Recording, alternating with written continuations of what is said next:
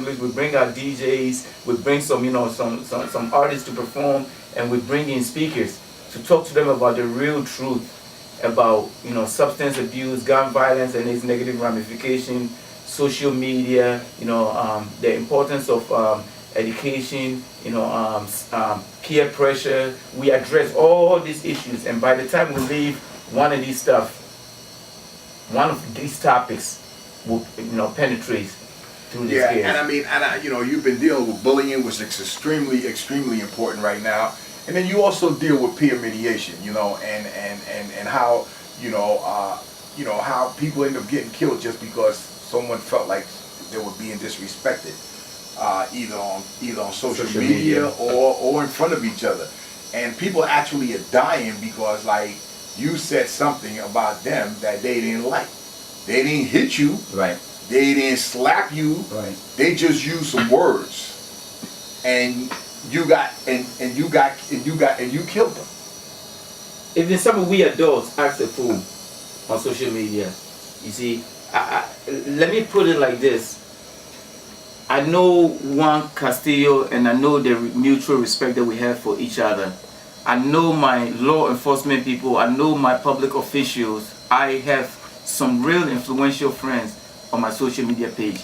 So that automatically alerts me not to act a fool. That automatically.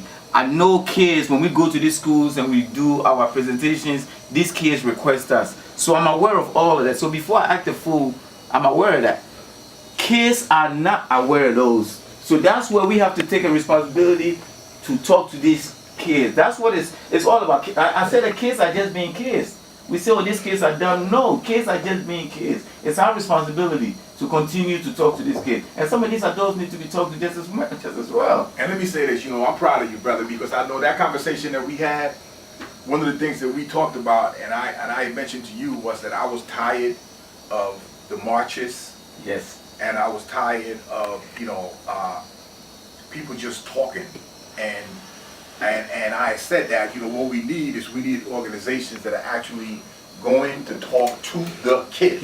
Yep. And talk with also some kids that are doing this stuff. Right. Because see, it's one thing you go talk to kids that are doing all right, and we got to save them too. Yes. There's no question about that.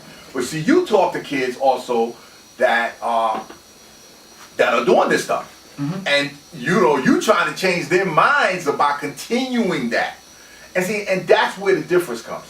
That's where we change our communities, And kudos to you, brother, because you could have just taken the money and ran, okay? Like a lot of us do. You could have taken the money and ran and went and bought your big house in the suburbs and and left us, right? But you stayed, brother, and because of that, man, I got much respect.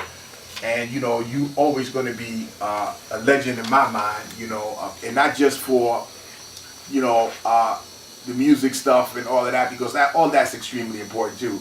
But by the end of the day, when I think of you, I think the Connecticut Against Violence, brother. One, and let me clear this. When people don't know you, they have all type of misconception about you.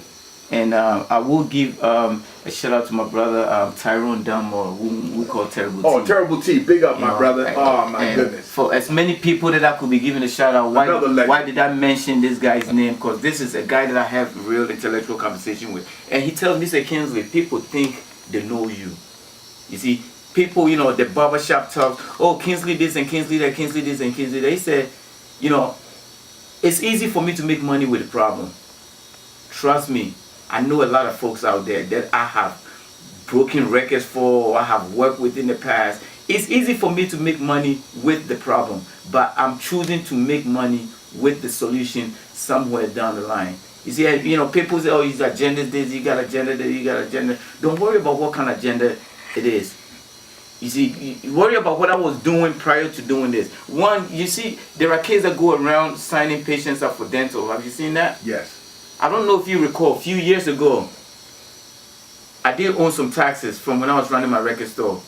And within 2 weeks, I needed to go to court to either pay their taxes off or serve some time, 30 days in jail. It was a lot of money too. And with the assistance of my brother, I was able to come up with that money. However, I did go to take a job so I could go to court and show some real job paperwork. And it was about passing out flyers for dental company. Just go out, pass out flyers, and hopefully people show up. When I went to go take that job, what happened was I decided to come up with a street team tactic. That instead of just going out passing out flyers, let them go out there and actually sign up the patients. And when the patients come in, they get $20 incentive when the patient comes in. And let's also get a van to pick them up, because the dental company did accept state insurance. So we should go to the heart of where those type of patients are. They did agree to do it, however, they did not agree on the van part. Now I hit the field myself. After having so many appointments signed up and only few coming in, they went back to the drawing board and said, you know what, I think we should get that van to pick the people up. The next thing you know, this dental office was opening dental offices all over the place. I was actually, one of my biggest staff was people just coming out of jail who would not get a job in a lot of different places. I said, you know what, put that khaki pants on, put that polo shirt on, and you go out there and you go hustle and get them patients in. Now it's a big thing being done all over the place. That's what I should have been doing, but instead I chose to go save these kids' lives. Right.